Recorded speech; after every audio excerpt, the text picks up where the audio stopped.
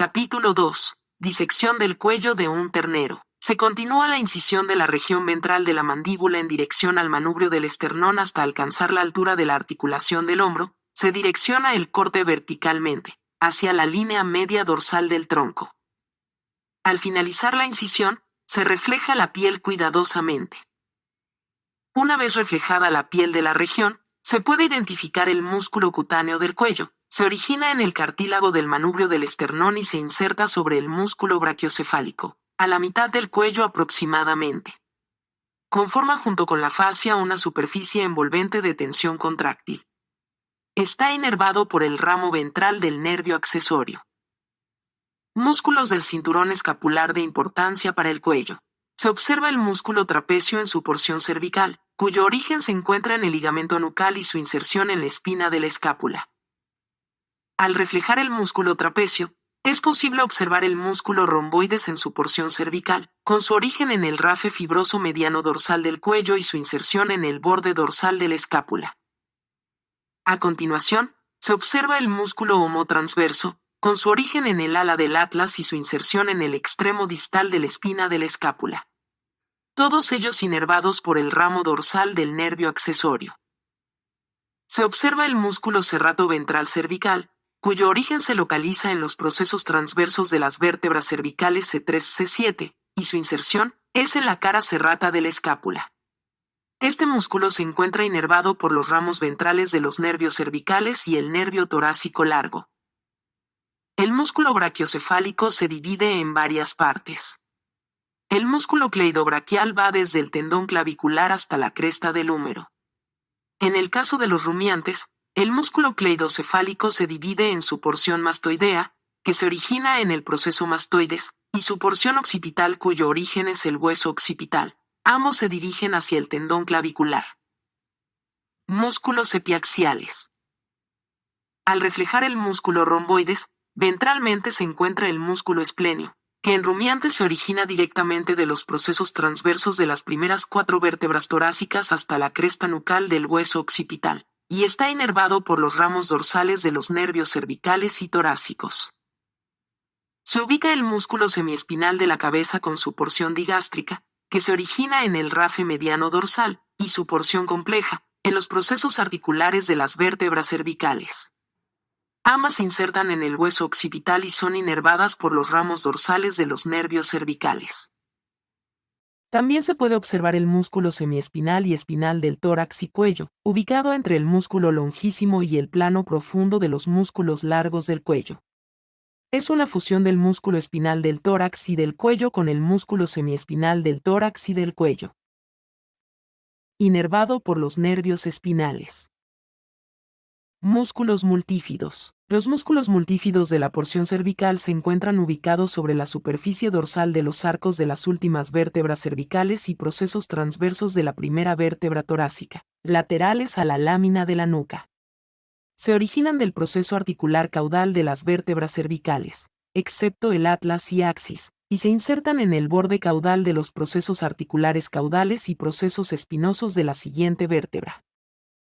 Seguidamente, se encuentran los músculos intertransversos cervicales. Estos se originan en los procesos transversos y articulares de las vértebras cervicales, y se insertan en los procesos transversos y articulares de vértebras lumbares, torácicas y cervicales hasta alcanzar el ala del atlas. Músculo longísimo del atlas. En los procesos transversos de las primeras vértebras torácicas y últimas cervicales se origina el músculo longísimo del atlas que se inserta en el ala del atlas y el músculo longísimo de la cabeza que se inserta en él. Proceso mastoides del hueso temporal. También podemos observar el músculo longísimo cervical que se origina en los procesos transversos de las vértebras torácicas T1 a T5, y se inserta en los procesos transversos de las últimas vértebras cervicales y primeras torácicas. Músculos hipoaxiales. En cuanto a los músculos hipoaxiales, se encuentra hacia lateral el músculo largo de la cabeza y más hacia medial el músculo largo del cuello, que se originan en los procesos transversos de las vértebras cervicales, y se insertan en tubérculo muscular del hueso basioccipital y en el tubérculo ventral del atlas respectivamente. Ambos se encuentran inervados por las ramas ventrales de los nervios cervicales. Músculos motores específicos de la cabeza. Al reflejar el músculo semiespinal de la cabeza se pueden observar algunos músculos motores específicos de la cabeza.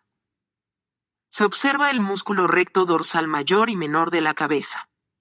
El recto dorsal mayor posee su origen en el proceso espinoso del axis y se inserta en la cresta nucal.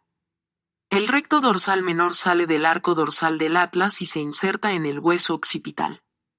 Ambos son inervados por el ramo dorsal de C1.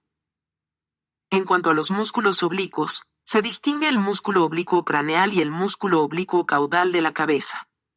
El origen del músculo oblicuo craneal corresponde al ala del atlas, y se inserta en el proceso mastoides del hueso temporal y en la cresta nucal del hueso occipital. En el caso del músculo oblicuo caudal, este va desde el proceso espinoso del axis hasta el ala del atlas. Estos son inervados por el ramo dorsal de C1 y C2 respectivamente. Músculos ventrales del cuello. En una vista ventral del ternero, se pueden observar como primeros músculos ventrales del cuello, los pertenecientes al grupo esternocefálico. El músculo esternomastoideo y músculo esternomandibular poseen su origen en el manubrio del esternón y su inserción en el proceso mastoides del hueso temporal y en el músculo macetero respectivamente. Ambos músculos del grupo se encuentran inervados por el ramo ventral del nervio accesorio. Seguidamente, se distingue el músculo esternoioideo y el músculo esternotiroideo, que se inician en el manubrio del esternón y se encuentran fusionados parcialmente, se insertan en el basilloides y el cartílago tiroides. Además de estos, se observa el músculo homoioideo que se origina en la fascia profunda del cuello y termina en el basilloides. Todos los anteriores están inervados por el ramo ventral de la primera vértebra cervical y el nervio hipogloso o asa cervical. Espacio visceral del cuello. Timo. Es un órgano linfático superior que desarrolla su actividad en animales jóvenes para producir células inmunocompetentes. Se sitúa junto a la tráquea e invade el mediastino, por donde se extiende hasta el pericardio. En este ternero se puede observar de su porción cervical, el lóbulo derecho e izquierdo. Glándula tiroides. Se encuentra en la región profunda del cuello. Consta del lóbulo derecho y un lóbulo izquierdo. Y se encarga de regular el metabolismo basal del cuerpo e intervienen en la regulación de la temperatura, en el control del crecimiento corporal y en la regulación de los niveles de calcio en la sangre. Tráquea. Continúa caudalmente al cartílago cricoides de la laringe, situada en la región del cuello en posición ventral a la columna cervical y al músculo largo del cuello. Linfonodo cervical superficial, denominado también como linfonodo del encuentro, se encuentra en posición craneal a la articulación del hombro, recubierto por el músculo brachiocefálico y el músculo homotransverso. Su territorio tributario abarca la piel y las estructuras adyacentes de la región del cuello, así como del tórax y del segmento proximal del miembro anterior. Nervio accesorio. Es un nervio motor que con sus ramos ventral y dorsal inerva a los músculos trapecio, esternocefálico, cleidomastoideo y cleido occipital. Ligamento de la nuca, formado por un funículo de la nuca, que en el rumiante se desarrolla como un cordón redondo que nace en la protuberancia occipital externa y se ensancha caudalmente a partir de la segunda vértebra cervical como una lámina doble llamada lámina de la nuca, que se inserta en forma amplia en el lateral de los procesos espinosos de las primeras vértebras torácicas. Vena yugular externa. Como se ha mencionado en el capítulo anterior, se forma por la unión de las venas linguofacial y maxilar. Discurre superficialmente a lo largo del cuello y es la principal responsable de llevar a cabo el drenaje venoso de la cabeza.